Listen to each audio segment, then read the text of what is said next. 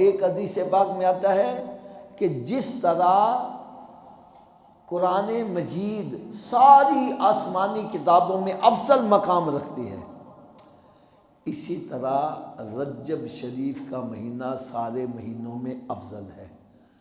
اور پھر فرمایا جس طرح سارے رسولوں کے اندر پیارے آقا صلی اللہ علیہ وسلم کو بلند شان حاصل ہے، فرمایا اسی طرح شعبان المعظم کو باقی مہینوں پہ فضیلت حاصل ہے، اور جس طرح رب تعالیٰ کو ساری مخلوق پر فضیلت حاصل ہے، اسی طرح رمضان شریف کو سارے مہینوں پہ فضیلت حاصل ہے۔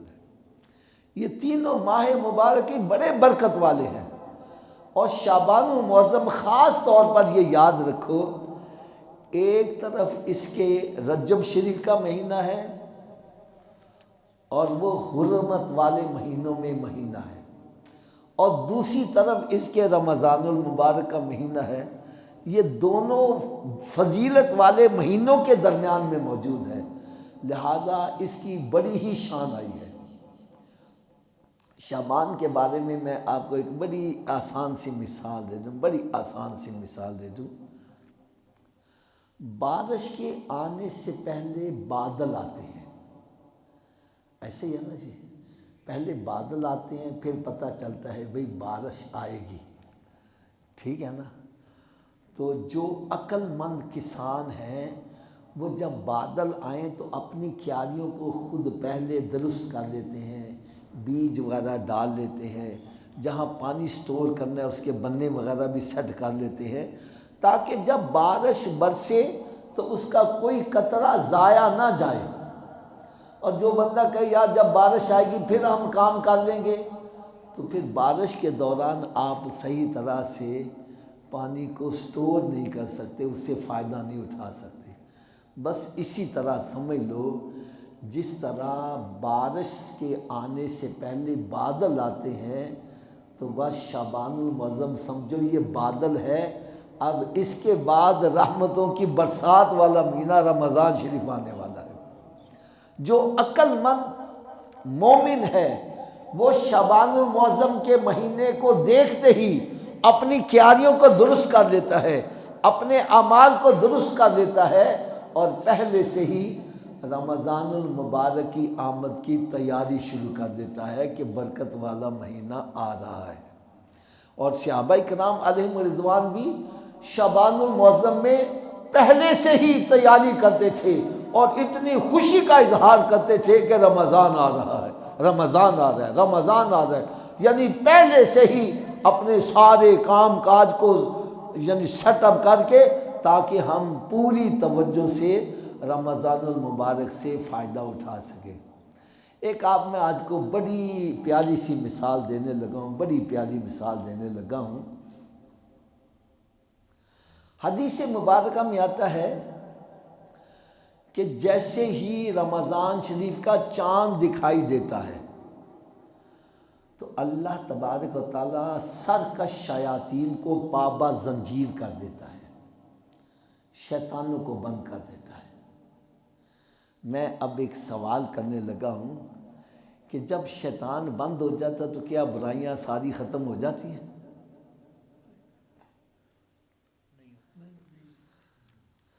برائی کیوں نہیں ختم ہوتی؟ جب شیاطین جو بند ہیں تو پھر برائی ختم ہو جانی چاہیے۔ برائی ختم نہیں ہوتی، کم ضرور ہو جاتی ہے لیکن ختم نہیں ہوتی۔ اس کی کیا وجہ ہے؟ میں آپ کو اس کی بڑی ایک آسان سی وجہ بتلاتا ہوں۔ ہمارے سر کے اوپر پنکھا فل سپیڈ چل رہا ہو اور یہ پنکھے کو چلانے والی بجلی ہے، ایسے ہی ہے نا جی۔ اب پیچھے سے آپ بٹن بند کر دو، پنکھا فوراً رک جائے گا؟ اب پنکھے کو کون چلا رہا ہے؟ پنکھے کو چلانے والی پاور بجلی کی ہے، الیکٹرک پاور ہے، وہ تو آپ نے آف کر دی، اب بجلی نہیں ہے اور پنکھا گھوم رہا ہے، اب اس کو کون چلا رہا ہے؟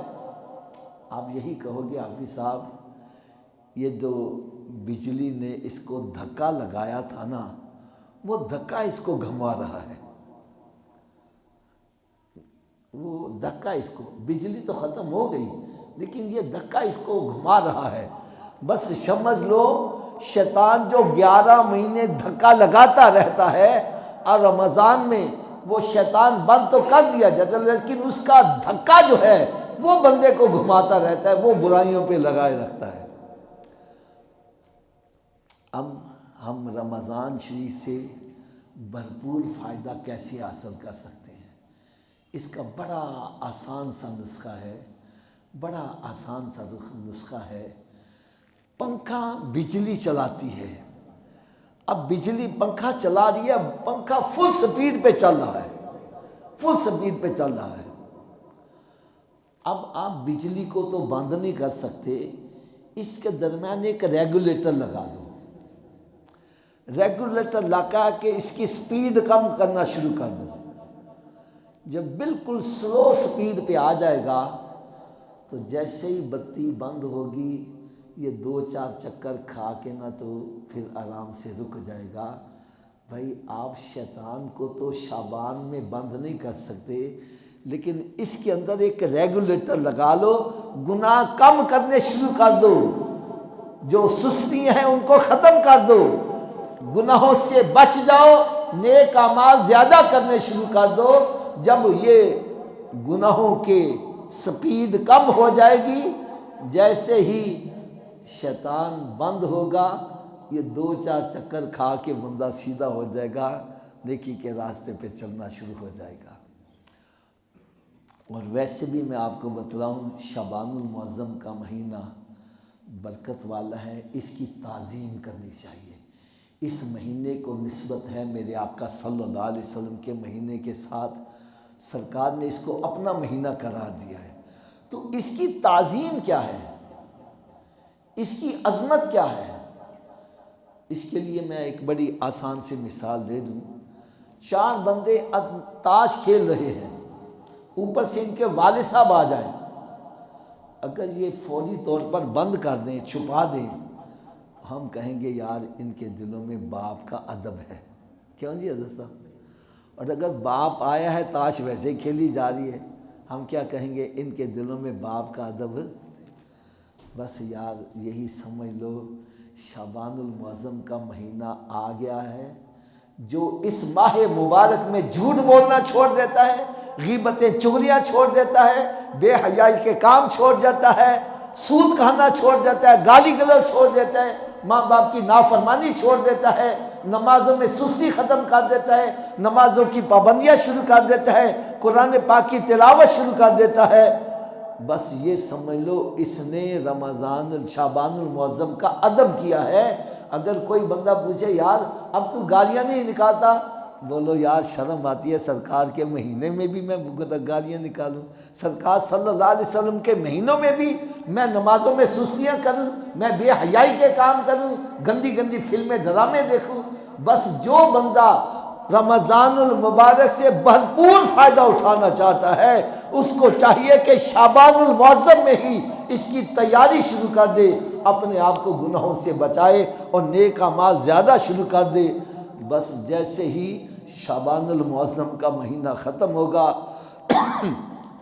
شیطان بند کر دیا جائے گا اور بندے کے لیے نیکیاں کرنا آسان ہوگا، اور رمضان المبارک سے بھرپور طریقے سے فائدہ اٹھانا اس کے لیے آسان ہوتا چلا جائے گا۔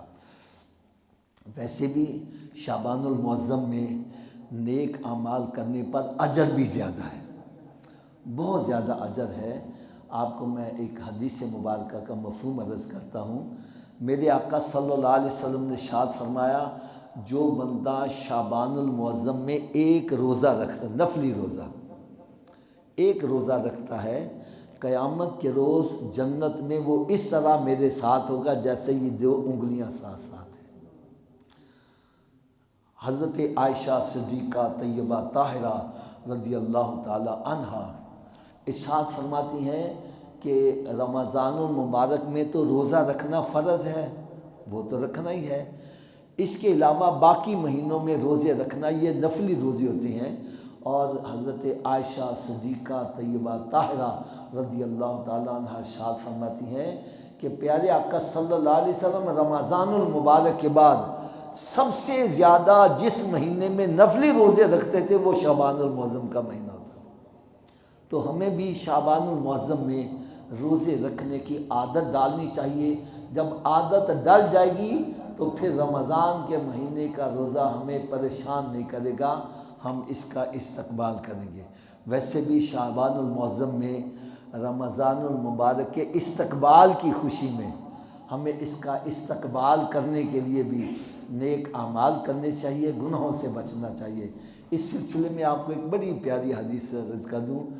میرے آقا صلی اللہ علیہ وسلم نے ارشاد فرمایا، جو بندہ رمضان المبارک کی آمد پر خوشی کا اظہار کرتا ہے، رمضان المبارک کی آمد پر خوشی کا اظہار کرتا ہے۔ جیسے دیکھو نا، ہمارے ہاں عید آنے والی ہوتی ہے تو ہم خوشی کا اظہار کرنے کے لیے پہلے سے کپڑے تیار کر رہے ہیں، کبھی یہ کر رہے ہیں، یا دوست احباب کی شادی آ جائے، کوئی رشتہ داروں میں، ہم اس کے لیے پہلے سے تیاریاں شروع کریں، میں نے کون سا لباس پہننا ہے، کیا کرنا ہے، یعنی پہلے سے۔ اسی طرح سمجھو رمضان المبارک خوشی کا مہینہ ہے، اس کے آنے سے پہلے شعبان المعظم میں تیاریاں کر لے۔